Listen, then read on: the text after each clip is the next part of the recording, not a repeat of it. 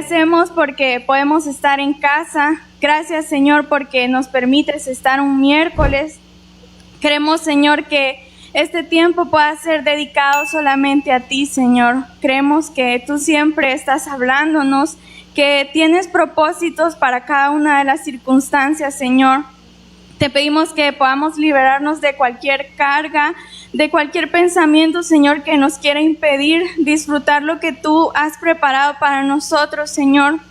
Gracias porque hemos podido alabarte, Padre, y te pedimos de que la palabra que seas tú entregándonos, Señor, pueda edificarnos, pueda animarnos, Señor, y pueda permitirnos ver las cosas desde otra perspectiva, Señor. A ti damos las gracias y bendecimos este tiempo, que seas tú, Señor, el centro. En el nombre de Jesús, amén y amén.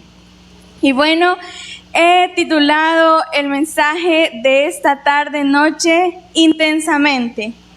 Y yo vengo aquí y les pregunto, ¿quiénes de aquí han visto la película que se llama Intensamente? Que me puedan levantar la mano.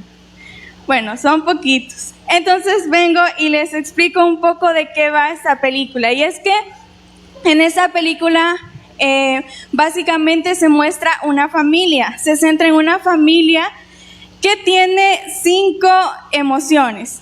Principalmente son 5 emociones, las cuales si la persona se llega a sentir en una determinada situación, encaminada por una emoción, entonces tienen una cabina las 5 emociones que se muestran, porque en esta película se muestra el enojo, el temor, la alegría, el desagrado y la tristeza. Ustedes se fijan, es una película infantil, pero ¿qué pasó con el ambiente? Que se iba a pensar que iba a ser una cena en la cual las personas de la familia iban a convivir, iban a preguntar qué tal su día. ¿Qué pasó con esa cena? Cuando vinieron las emociones y decidieron gobernar el estado de ánimo que tenía cada uno de ellos, entonces el ambiente cambió. Y aunque es una película, creo que no es mucha ficción realmente si nosotros pensamos en nuestra familia. Tal vez algún momento que estaba diseñado para poder convivir, para pasarla bien, una salida, una cena, un momento que queríamos que fuera realmente lindo. Tal vez pasa algo que a nosotros no nos parecía, pasó algún imprevisto, alguien no hizo lo que tenía que hacer, tal vez alguien no descongeló el pollo a tiempo, y entonces ahí hay una molestia. Y algo que realmente debía ser algo bueno, termina en caos.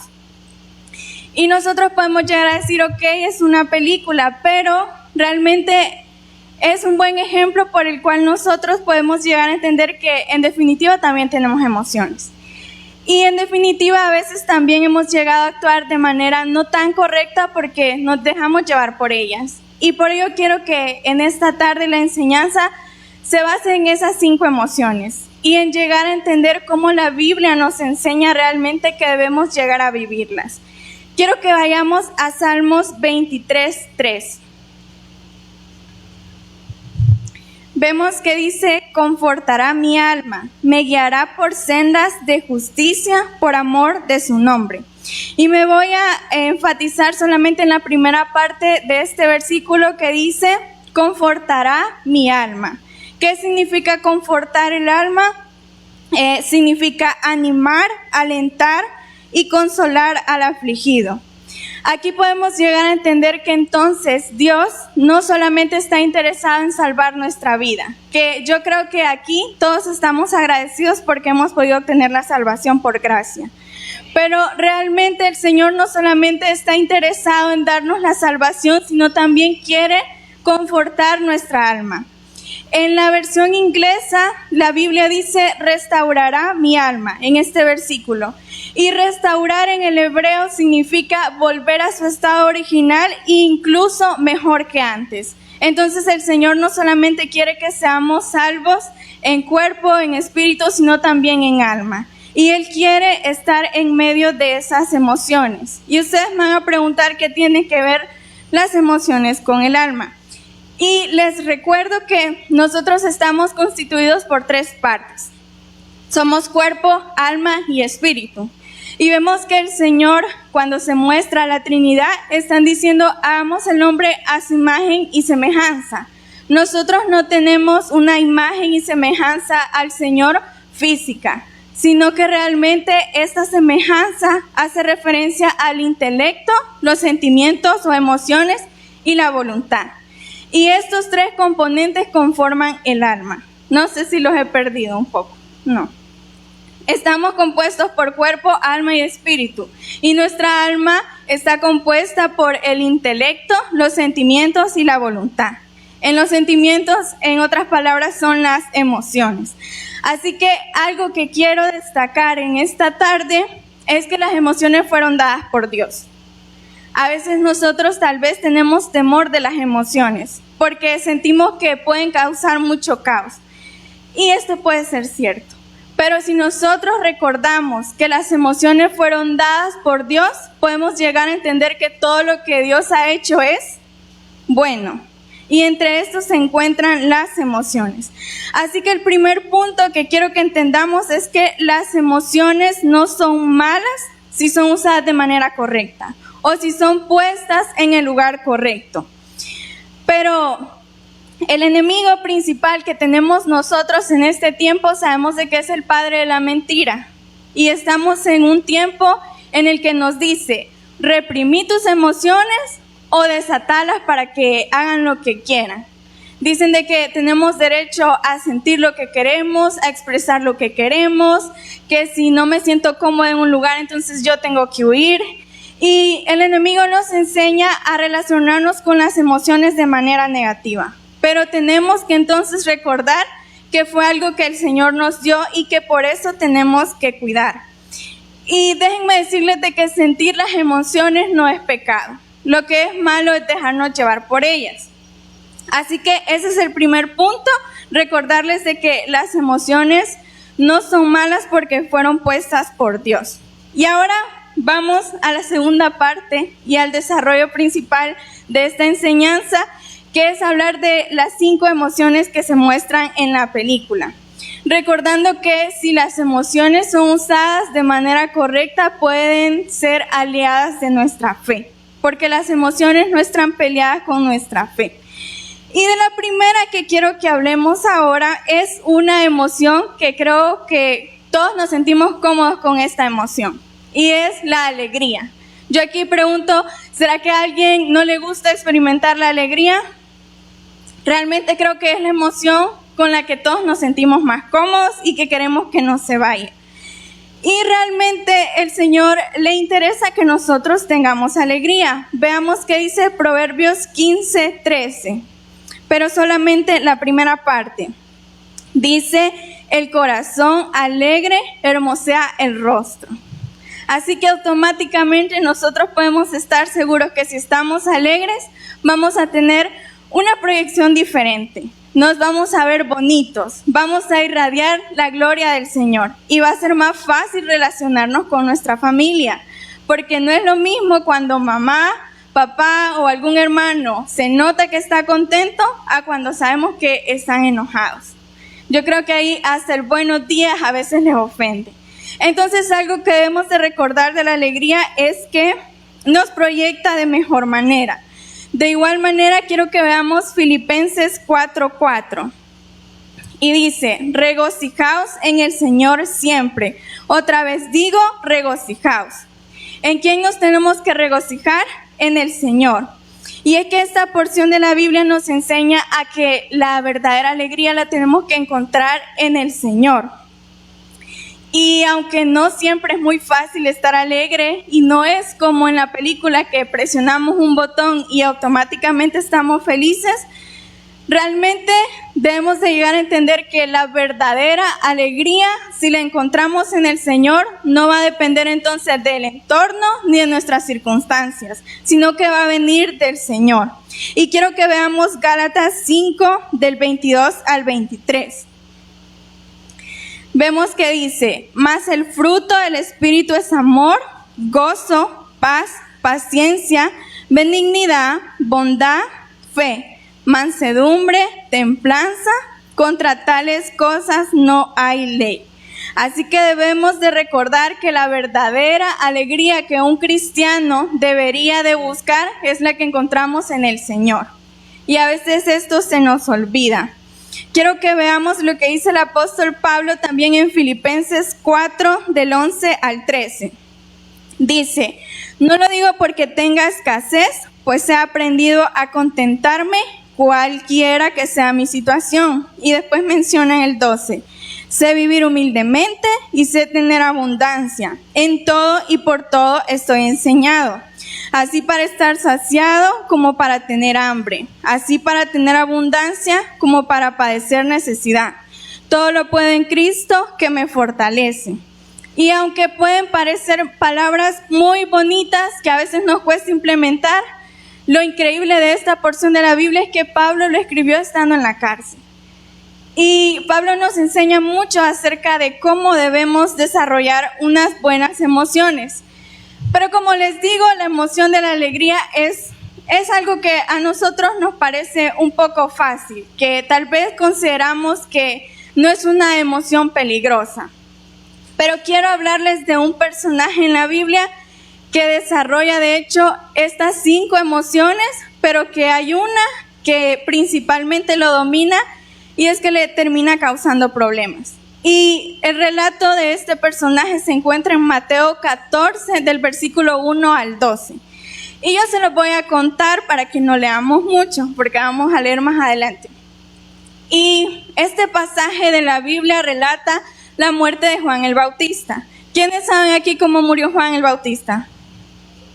Sí lo conocemos. Bueno, entonces la historia se la voy a contar un poco más amena, porque realmente si nosotros somos curiosos, en la Biblia se pueden encontrar demasiados chismes que incluso podríamos parecer que son novela. Y esta historia en específico parece eso. Y es que resulta que en ese tiempo gobernaba Herodes, pero era Herodes el tetrarca, Herodes Antipas. Y Herodes era hijo de Herodes el Grande. Herodes el Grande fue quien gobernó y reinaba cuando nació Jesús. Pero este era uno de sus hijos.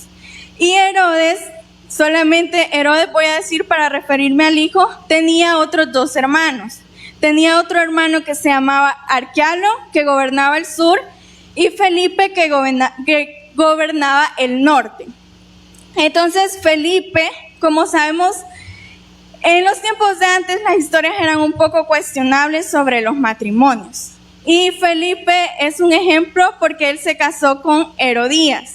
Herodías era nieta de Herodes el Grande. Entonces Felipe se casó con su sobrina y tuvo una hija. Y por su parte Herodes se había casado con la hija del rey de Petra. Pero ¿qué pasó? Tiempo después, Herodes tuvo desagrado por su esposa. Vemos entonces la emoción del desagrado. Y él dijo, bueno, yo en este matrimonio ya no quiero estar, y se divorció ilegalmente de su esposa. ¿Y qué pasó? No conforme con esto, sedujo a la esposa de Felipe. Y entonces estaba viviendo con ella y se casó con ella. Juan el Bautista, al ver esta acción de este gobernante, la Biblia nos menciona de que él le dijo de que eso no estaba bien, que su relación con Herodías no le convenía, porque ella era esposa de su hermano. Y según algunos historiadores, Juan el Bautista fue demasiado exigente con esta petición de que no tuviera esa relación. La Biblia nos puede llegar a decir incluso que él hizo campaña por eso de no estés con ella, no estés con ella, no estés con ella. Y vino Herodes enojado, gobernado por la emoción del enojo, encarceló a Juan el Bautista. Pero no lo mató, porque realmente la gente a él lo veía como un profeta, Juan el Bautista. Entonces Herodes tenía miedo de que la gente pudiera hacerle algo. Pero Herodes no le tenía más miedo a la gente, sino que a su esposa, Herodías, porque al final terminó encarcelando a Juan. Y resulta que viene el cumpleaños de Herodes, Juan el Bautista está en la cárcel y él está con su nueva mujer. Y como les había dicho, Felipe había tenido una hija con Herodías y esta hija se vino con su mamá. Entonces era el cumpleaños de Herodes, le organizaron una gran fiesta y viene la hija de Herodías y hace una danza para el gobernante. Y aquí vemos entonces que a él le gustó tanto esta danza que se dejó llevar por la emoción de alegría. Y se sintió tan bien y agasajado que le dijo, bueno, aquí enfrente de todos te prometo que te voy a dar lo que quieras, así que pedímelo. Vemos entonces que él se sentía tan contento que hizo una promesa que realmente tenía poder. Y como sabemos de que Herodías, su mujer, estaba enojada porque Juan el Bautista les había hecho demasiado problema por su relación, ya le había dado instrucciones a su hija de qué era lo que tenía que hacer. Y como sabemos, el desenlace de esta historia es que la hija le dice, bueno, quiero que me traigas la cabeza aquí mismo de Juan el Bautista. ¿Y qué pasó? Herodes se entristeció, pero tuvo que hacerlo porque había prometido, porque en ese momento había estado tan feliz que no había pensado realmente el impacto que podía tener su promesa. Y vemos entonces cómo Juan el Bautista muere. Y este es un ejemplo entonces de la Biblia de que si nos dejamos llevar por la emoción de la alegría, no siempre pueden ser las cosas buenas. A veces podemos llegar a prometer cosas que no vamos a cumplir, no solamente con nuestra familia, sino también con el Señor. Tal vez le decimos, es que si yo obtengo este milagro, yo te prometo, Señor, que voy a hacer esto. Y yo les pregunto, ¿será que realmente hemos cumplido esas promesas? O tal vez quedamos solamente con esa emoción. Así que tenemos que realmente tener cuidado en qué buscamos la emoción de la alegría. Y yo les hago una pregunta, ¿a ustedes últimamente qué es lo que les hace felices? Puede ser tal vez que la familia esté unida, que tenemos salud, el trabajo que tengo, que mis hijos obtengan buenas calificaciones. Pero yo les pregunto, si esa circunstancia cambia, ¿será que vamos a seguir siendo felices? O tal vez ya no vamos a estar tan felices. Y si bien es cierto, es bueno alegrarnos por este tipo de circunstancias, lo que quiero que recordemos es que la alegría tenemos que buscarla en el Señor. Porque si la alegría la encontramos en el Señor, no importa el entorno ni las circunstancias, siempre vamos a poder estar alegres. Ahora vamos con la segunda emoción, que es la tristeza. Yo creo que a esta emoción muchas veces nosotros le tenemos miedo, porque a nadie le gusta experimentar la tristeza. Porque la tristeza puede venir en el momento en el que alguien nos lastima, en el momento que alguien nos traiciona, en el momento en el que tal vez tenemos que culminar una relación de noviazgo, o tal vez un matrimonio, o tal vez se vuelve más complicada esa emoción porque vivimos con una continua desesperanza que no sabemos realmente a qué viene y solo vemos que los días van pasando. Y algo que quiero que recuerden, amada iglesia, en esta tarde, es que no existen dos personas que vivan la tristeza de la misma manera.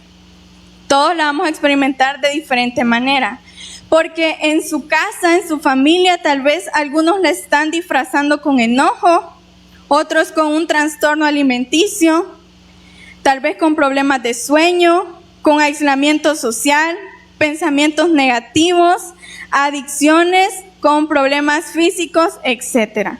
No sé si alguno de ustedes está experimentando la tristeza de esta manera, pero realmente es de ponerle cuidado. Y ahora vamos a preguntarnos qué dice la Biblia acerca de la tristeza. Quiero que veamos Salmo 34, 18. El Salmo 34, 18 dice, cercano está Jehová a los quebrantados de corazón y salva a los contritos de espíritu. Se nos recuerda entonces que el Señor está cercano a estas personas. Y vamos a ver entonces un ejemplo en la Biblia que muestra una tristeza profunda. Porque muchos personajes de la Biblia también vivieron tristeza. Uno de ellos fue Elías. Elías tuvo un enfrentamiento con los profetas de Baal. Y sabemos de que ellos hicieron demasiados ritos y acciones para querer demostrar que su Dios era verdadero, pero no pudieron demostrarlo. En cambio, Elías, con una acción, pudo demostrar quién era el Dios verdadero. Así que esta era una experiencia increíble. Pero ¿qué pasó después de esto? Que la reina Jezabel lo amenazó de muerte. Andaba haciendo cosas buenas para el Señor, pero tuvo una amenaza de muerte. Y él tuvo una profunda tristeza y un profundo temor que se fue a esconder. Y llegó a tal punto que llegó al desierto y le pidió al Señor que lo matara. Imagínense qué tan triste tenía que estar para pedir la muerte. No sé realmente si aquí alguien ha experimentado la tristeza a tal punto que ha deseado la muerte, pero tenemos que recordar, como dice el Salmo, de que Él está cerca de los quebrantados de corazón. Y otro ejemplo que vemos también en la Biblia es el ejemplo de Noemí. ¿Qué pasó con Noemí? Se murieron sus 2 hijos y se murió su esposo. Y ella estaba en una tierra, en un pueblo extranjero. Y se ha demostrado actualmente que el duelo y la inmigración son causas de depresión. Realmente no imagino qué tan difícil ha de ser estar en un pueblo extranjero y que nuestros seres queridos mueran. Ella se sentía tan mal que cuando regresó a su tierra natal, le dijo, ya no quiero que me llamen Noemí. Y Noemí significaba dulce. Y ella dijo, ya no quiero que me llamen así, ahora yo me voy a llamar Mara. ¿Y qué significa amarga? No sé, ustedes obviamente creo que no cambiarían su nombre por alguna situación, pero ¿qué tal si nos ponemos a pensar realmente si estamos en amargura? O si estamos distanciándonos, ¿de qué manera estamos experimentando nosotros la emoción de la tristeza? Quiero que vayamos a Mateo 5:4. Y esa es una promesa del Señor que realmente nosotros tenemos que creer. Es de las bienaventuranzas y dice, bienaventurados los que lloran, porque ellos recibirán consolación. Así que, independiente de nuestra situación, tenemos que tener la seguridad de que si estamos llorando, nosotros vamos a poder recibir consolación. Y algo que te puedo asegurar acerca de la emoción de la tristeza es que la tristeza siempre nos va a llevar a una mayor dependencia de Dios. Y sí o sí vamos a poder salir de la tristeza consolados y fortalecidos. De la tristeza no vamos a salir desnudos, no vamos a salir humillados, sino que cuando ésta pueda despegar, quitarse de nuestra vida, nosotros vamos a estar consolados y fortalecidos. Así que si alguien aquí o en su familia, ustedes saben que está padeciendo tristeza, recordemos que como Elías pudo recobrar también su fortaleza, Noemí pudo ver otra forma de ver la vida por medio de su nuera que nunca la abandonó, nosotros también vamos a poder ver la perspectiva de manera diferente porque tenemos al Señor. Otro ejemplo que quería dar acerca de la tristeza es el ejemplo que se ve en Juan 11, versículo 32 al 36. Y por la falta de tiempo se las voy a resumir.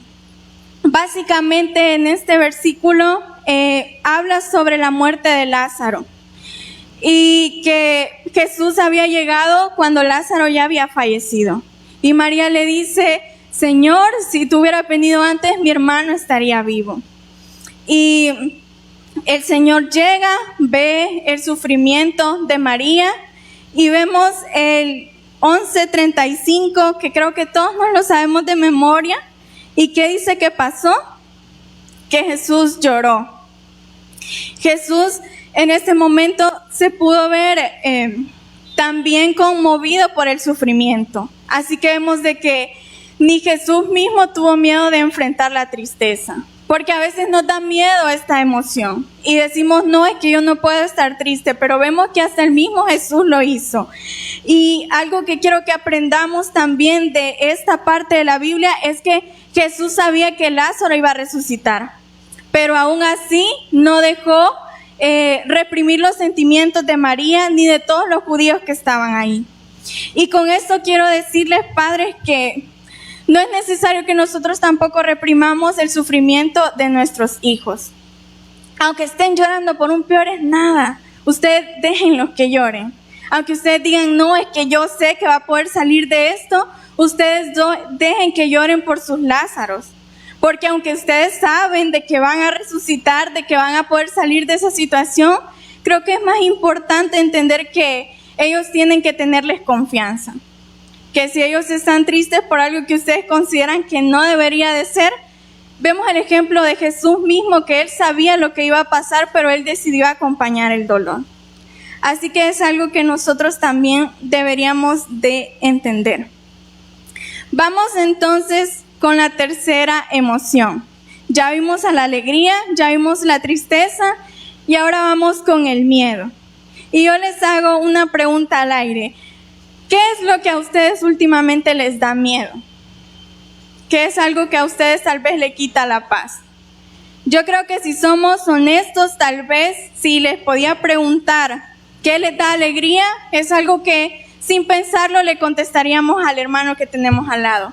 Pero si yo les pregunto qué les da miedo, ¿será que nosotros podríamos decirlo en voz alta o sería que nos da vergüenza o más temor incluso decirlo? Quiero que veamos Proverbios 28:1.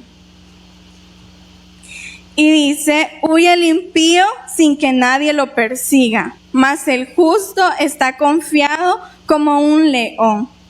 ¿Cómo tenemos que estar confiados nosotros? Como un león. ¿Será que nosotros estamos actuando como justos para poder tener esa confianza? Y si hablamos de personajes en la Biblia que tuvieron miedo, hay muchos personajes. Vemos incluso en los inicios, en Génesis 3:10, que Adán dice, te escuché, tuve miedo y me escondí. Pero en la que quiero que hablemos más sobre un ejemplo práctico acerca del miedo es en Mateo 25, del 24 al 30, y es la parábola del siervo negligente. Ustedes saben de que se les confiaron a 3 siervos un número determinado de talentos, les dieron dinero. Entonces, ¿qué pasó? Los 2 primeros pasaron la prueba porque la multiplicaron e incluso pudieron sacar un poco más. Pero ¿qué pasó con el que le dieron solamente un talento? ¿Qué fue lo que hizo? Sabemos de que lo escondió. Él dice, yo tuve miedo, sé que tú eres un hombre que puede recoger donde no sembró, entonces lo escondí, pero aquí está tu talento. ¿Y qué quiero que entendamos de esta historia que nos muestra la Biblia? Que a veces tenemos que tener cuidado sobre cómo experimentamos el miedo. Porque si lo pensamos en el camino del Señor, a veces podemos usar el miedo como excusa para no hacer nada. Un ejemplo fácil. A veces decimos, no, es que yo no quiero servir porque es mucho compromiso. Porque me da miedo que es mucho compromiso. O no, yo no quiero dar clases a los niños porque me da pena o me da miedo. O no quiero hablarle a mis amigos de Dios porque me da pena, me da miedo de que sepan que yo soy cristiano. Entonces ocupamos la emoción del miedo como excusa para no hacer nada. Y podemos vernos entonces como este siervo. Porque decimos que tenemos miedo para poder esconder la pereza.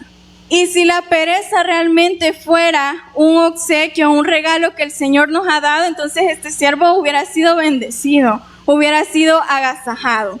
Pero vemos de que la pereza no la podemos esconder detrás del miedo. Porque el Señor, al momento de que le tengamos que rendir cuentas, nos va a preguntar, ¿qué hiciste tú para el reino del Señor? No te va a preguntar qué hizo Tabernáculo de Restauración. Así que si lo vemos de manera individual, les pregunto, ¿ustedes qué han hecho en Tabernáculo de Restauración? ¿Qué estamos haciendo? ¿Será que estamos orando por nuestros líderes? ¿Estamos dando un servicio de excelencia? ¿Estamos buscando nuevos ministerios? ¿Estamos trayendo nuevas almas al Señor? ¿Qué estamos haciendo de manera individual? ¿Vamos a decir que tuvimos miedo o nos vamos a excusar con la pereza de que como el Señor es todopoderoso, Él no necesita nada de mí? Pero realmente sabemos de que el Señor nos ha traído para algo. Ese era un pequeño paréntesis. Ahora vamos a Isaías 41:10.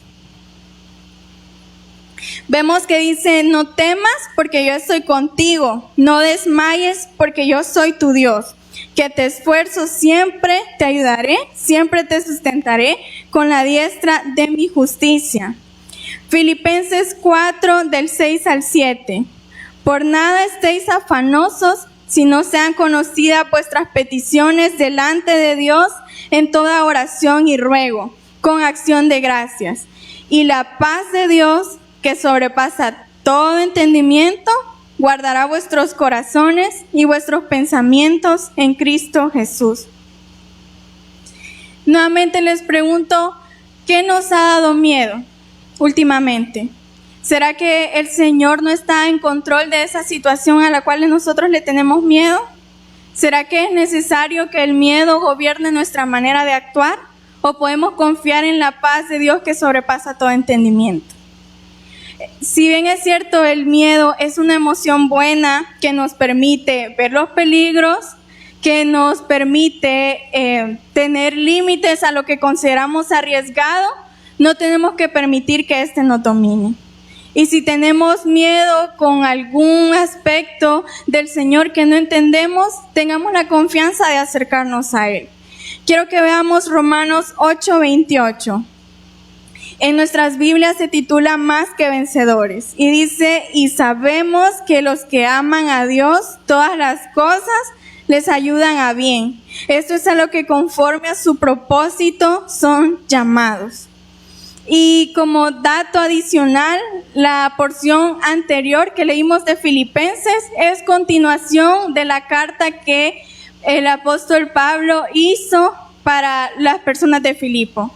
Él estaba escribiendo eso en la cárcel. ¿Ustedes creen que Pablo no tenía miedo de estar en la cárcel, de lo que le podían hacer? Pero él entendía de que la paz que el Señor daba podía sobrepasar todo entendimiento que nosotros podamos tener de alguna determinada situación. Así que sí, tengamos miedo, pero no dejemos que Él nos domine, porque el Señor siempre va a estar en control. Y ahora la cuarta emoción, el enojo. Quiero que veamos Salmo 37:8. Deja la ira y desecha el enojo. No te excites en manera alguna a hacer lo malo. Hebreos 12:15. Mira bien, no sea que alguno deje de alcanzar la gracia de Dios, que brotando alguna raíz de amargura os estorbe y por ella muchos sean contaminados.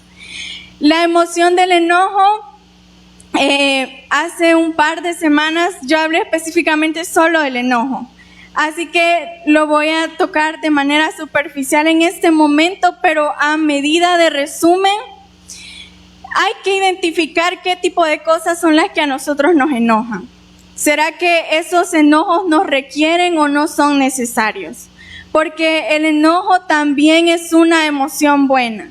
Si vemos la Biblia, el Señor procuraba el enojo de Jonás, porque Jonás era una persona brava, era enojado, pero necesitaba de esa gritería y de ese carácter para que él fuera a predicar y a decirles que se arrepintieran. Y fue tan efectivo la forma de transmitir el mensaje de él, aunque tal vez era de una manera agresiva, pero las personas de ese lugar se pudieron arrepentir. Entonces el Señor sí pide de nosotros un enojo por poder identificar injusticias. El Señor quiere que nosotros hagamos guerra espiritual y para eso no se necesita alguien pasivo, se necesita realmente enojo. Así que el enojo es bueno, pero sabemos de que si este trae detrás de él algo negativo, entonces ahí podemos tener problemas. Y si lo vemos en la Biblia, eso le pasó factura a Caín y sabemos que también le pasó factura a Moisés.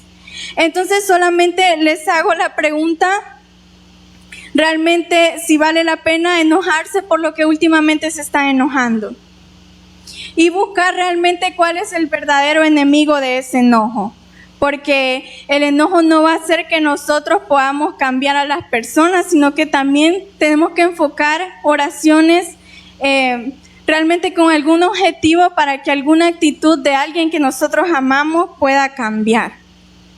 Y vamos a ver Santiago 1:19. Por esto, mis amados hermanos, todo hombre sea pronto para oír, tardo para hablar y tardo para airarse. Así que yo creo que aquí enojados no hay. Y vamos ya a la quinta emoción que vemos en esta película y es el desagrado.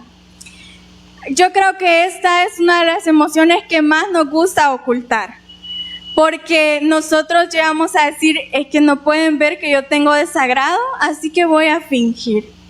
Y a veces tal vez nuestra forma de hablar no muestra desagrado, pero sí nuestros gestos. Y yo les pregunto realmente, ¿qué es lo que nos causa desagrado? ¿Qué es lo que nos causa asco en nuestra vida? Quiero que veamos Primera de Crónicas 21, del 1 al 7. Y vamos a ver cómo David censa al pueblo. Y dice, pero Satanás se levantó contra Israel e incitó a David para que hiciese censo de Israel.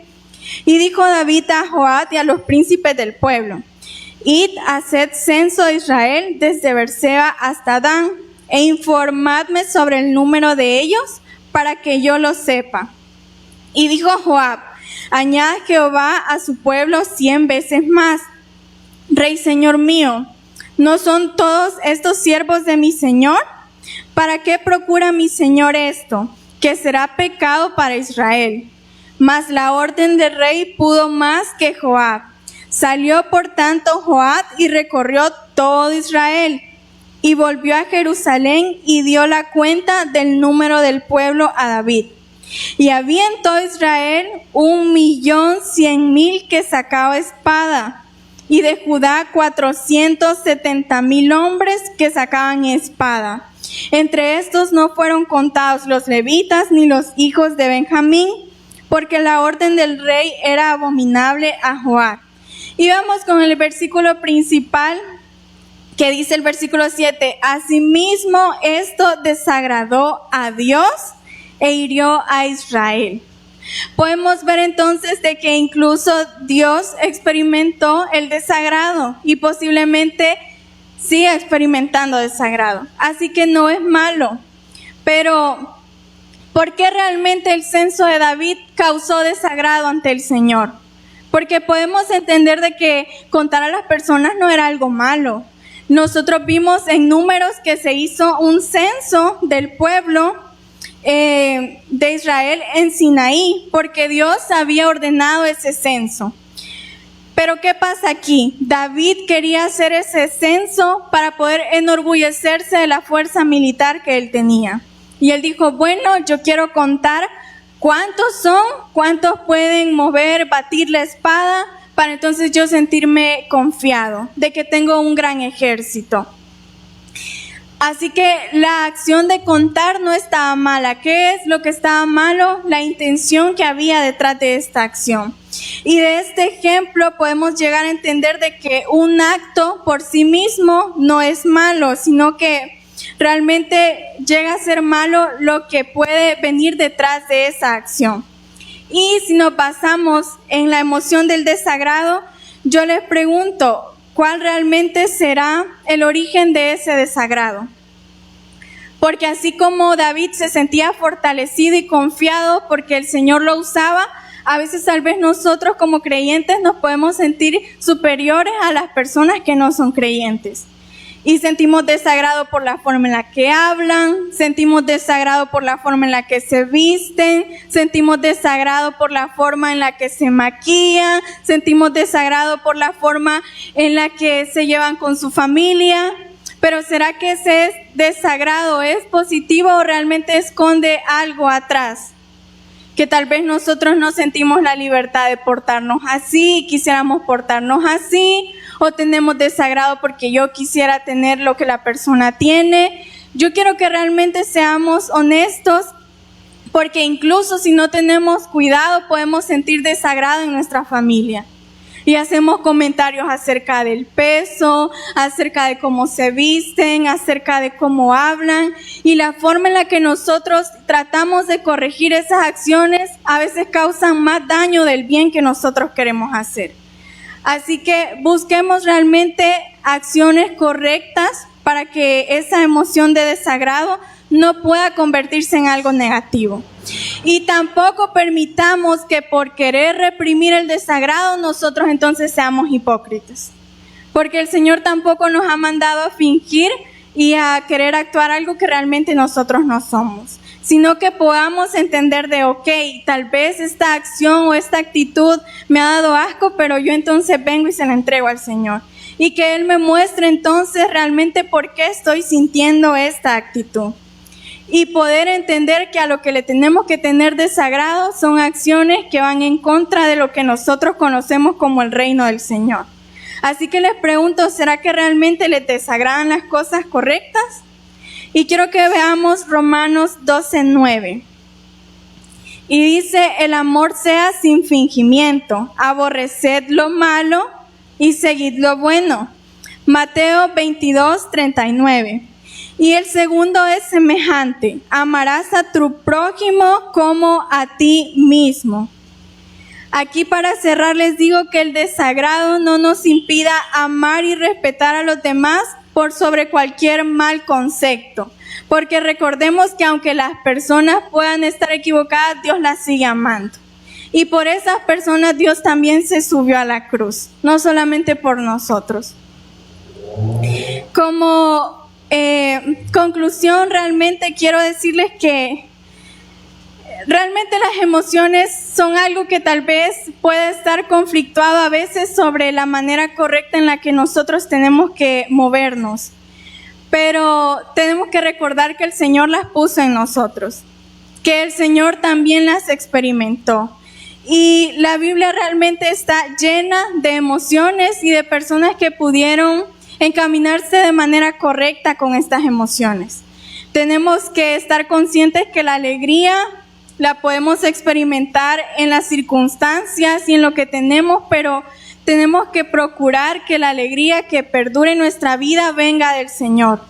Venga de que yo estoy alegre de que voy a la iglesia, de que leo la Biblia, de que sirvo en un ministerio, de que me alegra hablar a los demás del Señor. Me alegra que otra persona se convierta, me alegra ver que las personas de la iglesia y de mi familia tienen éxito. Tenemos que realmente entender de que el gozo que viene del Señor no tiene que ser algo negativo, ni tampoco está condicionado a lo que tenemos o a lo que vamos o no vamos a tener. También recordar que la tristeza es una emoción difícil de afrontar, pero tenemos que tener la confianza de que vamos a salir fortalecidos de esa emoción y que el Señor nos va a ayudar a depender más de Él cuando nos sintamos tristes. De igual manera, cuando tengamos temor, verificar si ese temor no es excusa para no hacer algo, o si ese temor realmente es algo que no ha pasado, o que realmente tal vez siempre está en las manos del Señor y Dios puede obrar por él. Si vemos la emoción del enojo, realmente preguntarnos, ¿qué me está enojando? ¿Vale la pena enojarse por esto? ¿Vale la pena buscar conflicto por esta circunstancia? ¿Me está enojando lo que al Señor le enoja? Y con el desagrado, realmente verificar qué hay detrás de ese desagrado. ¿Será que hay una intención positiva? ¿O esa persona tal vez tiene algo que yo quiero de manera indirecta y por eso me causa desagrado? Por eso les pregunto, para finalizar, ¿cuál es la emoción con la cual ustedes tienen una mayor fijación? Si ustedes fueran el personaje de la película, ¿cuál emoción creen ustedes que tendría la consola? ¿Será que la mayor parte del tiempo es la tristeza, es la alegría, es el enojo, es el temor o es el desagrado? Porque la idea es experimentar todas, pero que el Señor esté en control de esas emociones. Y saber que cualquier situación que estemos atravesando como individuos, como familia, Dios siempre va a tener el control. Hemos llegado al final de este mensaje. Si usted no ha recibido a Jesucristo como su Señor y Salvador personal, o usted se ha alejado de los caminos de Dios y desea reconciliarse, yo le hago la invitación para que en esta oportunidad reciba a Cristo. ¿Y cómo lo va a hacer? Repitiendo conmigo la siguiente oración. Señor Jesús, yo te recibo hoy como mi único Salvador personal. Creo que eres Dios, que moriste en la cruz por mis pecados y que resucitaste al tercer día.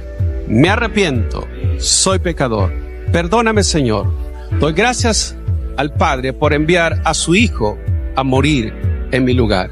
Gracias, Jesús, por salvar mi alma hoy. Amén. Si usted ha hecho esta oración, yo le invito para que se congregue en una iglesia donde se predique el Evangelio de Jesucristo. Que usted pueda también leer la palabra de Dios para que tenga mayor conocimiento de Él y pueda orar. Orar es platicar con Dios. Y si no, le invitamos a nuestra iglesia en Tabernáculo de Restauración, acá en Soyapango, con nuestros horarios de día domingo, 8 y 10. Día de semana tenemos 2 servicios, el día miércoles y el día viernes a las 6 de la tarde. Todos serán bienvenidos. Que Dios les bendiga.